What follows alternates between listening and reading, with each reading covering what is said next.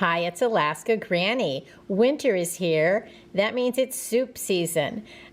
When the days are cold, the nights are long, a steaming bowl of soup can really give you warmth, comfort, and it just makes everything feel a little bit cozier and better. Here are 4 easy soup recipes that you can make from foods out of your prepper pantry. They're so simple, you can put these meals together with foods you likely have on hand in just a few minutes. These are also meals that you could put the ingredients together in a Ziploc bag, have them together in your pantry. Then when you need a meal, grab that bag, make that soup, and dinner can be ready in no time. Let's start with creamy chicken tortilla soup. And there are 2 ways you can serve it. You need 2 cans of Rotel, 2 cans of chicken broth. I'm using chicken bone broth that I had in my freezer, so I'm using approximately 3 cups. 1 can of refried beans, a can of corn, a large can of chicken. Then choose the kind of tortillas that you like. Perhaps you like flour tortillas from the fridge, or you have some tortilla chips in your pantry. Stir together the tomatoes, the broth, the beans, and the drained corn. Then I like to stir it together, bring it up to a boil, get the beans to spread out and the flavors to melt. Bring it up to a boil, allow it to simmer for 5 minutes until everything has creamy and smooth together. Now I'm going to add the chicken. I like to add it later. It helps the chicken chunks hold together a little bit better. Then you want to warm it through. Now there's 2 options. You can serve it as is, top it with cheese and tortilla chips, or you can cut up some tortillas into strips. I cut about 2 of them up, and then you just drop them in.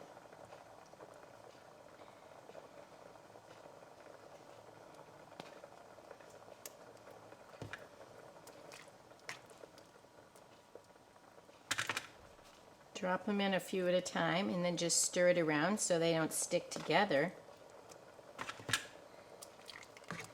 It's a great way to have your tortillas in there. That takes about 1 minute, and see how they're all yummy, floating around. They're just terrific like this.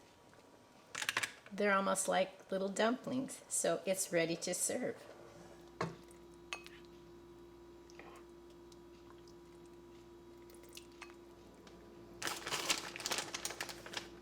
The next easy soup season recipe is lasagna soup. Whether you have leftover lasagna noodles or maybe some bow tie noodles, any kind of pasta will work. Use what you have on hand. It's not the shape of the pasta that makes this into lasagna soup. All pasta noodles basically taste the same. What do you need to make lasagna soup? A can of tomato soup, a can of water, bow tie pasta. The last thing you need is some ricotta cheese. Did you know you can freeze ricotta cheese, but know that it has liquid in it, water in it, and so that water will freeze and separate from the curds. So it's not going to be the same to use it fresh. You can use your frozen ricotta in recipes that you're baking, say a regular lasagna. So get a pot of water boiling, cook a big handful of pasta noodles, open your soup, pour it in a pan, add the water, and get it heated up. When your noodles are done, you want to drain them and stir them into your tomato soup. Now take a nice big serving of your tomato soup with the pasta in it, pour it into a bowl, and then take a great big dollop of ricotta cheese and put it right on top. Stir it around and look at that. How delicious is that? Lasagna soup right out of your prepper pantry with only 3 items. Today I have an easy recipe for a nacho cheese soup. And it starts with a box of au gratin potatoes. So it's easy to get this nacho soup recipe going, and you can have a big pot of dinner ready in about 30 minutes.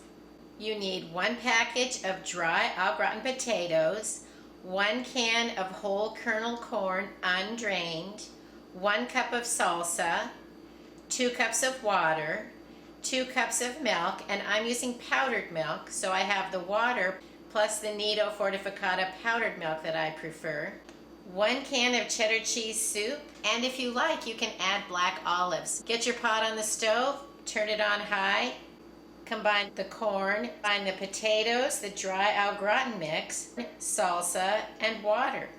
You want to heat it to a boil, reduce the heat, cover it and simmer it for 25 minutes until the potatoes are tender. And you want to stir it occasionally.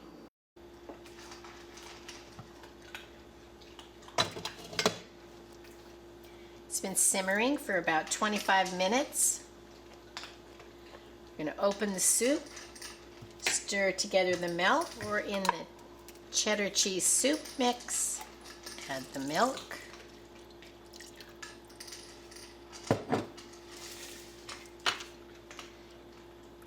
and then raise the temperature back up and heat it all the way through. If you can find the Fiesta Nacho cheese soup, use that.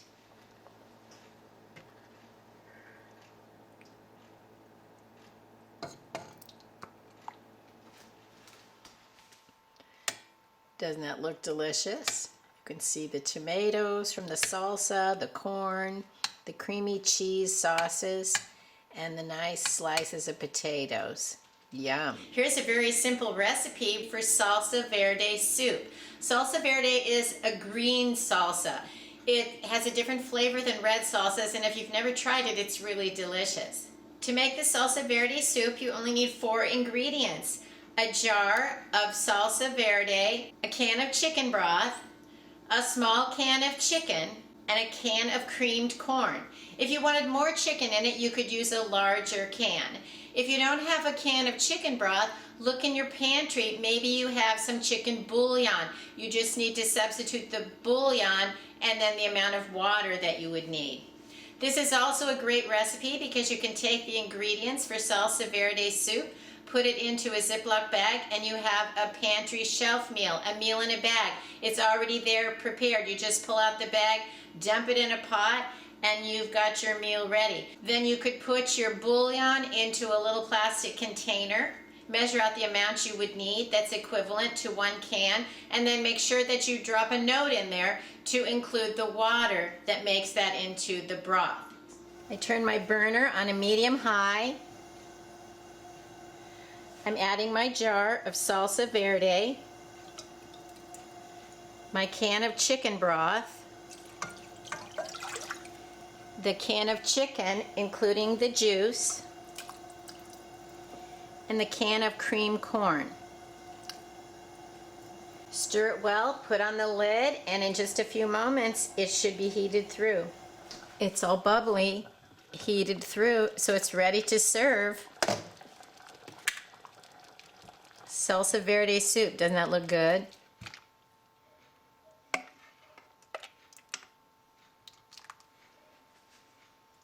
I'm going to put a sprinkle of Colby Jack because I just think that would be delicious over this.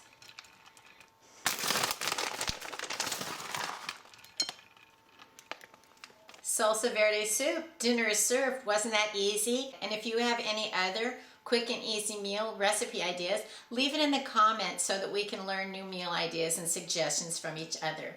I hope you'll like my video, share it, and please subscribe to the Alaska Granny channel. It's hot.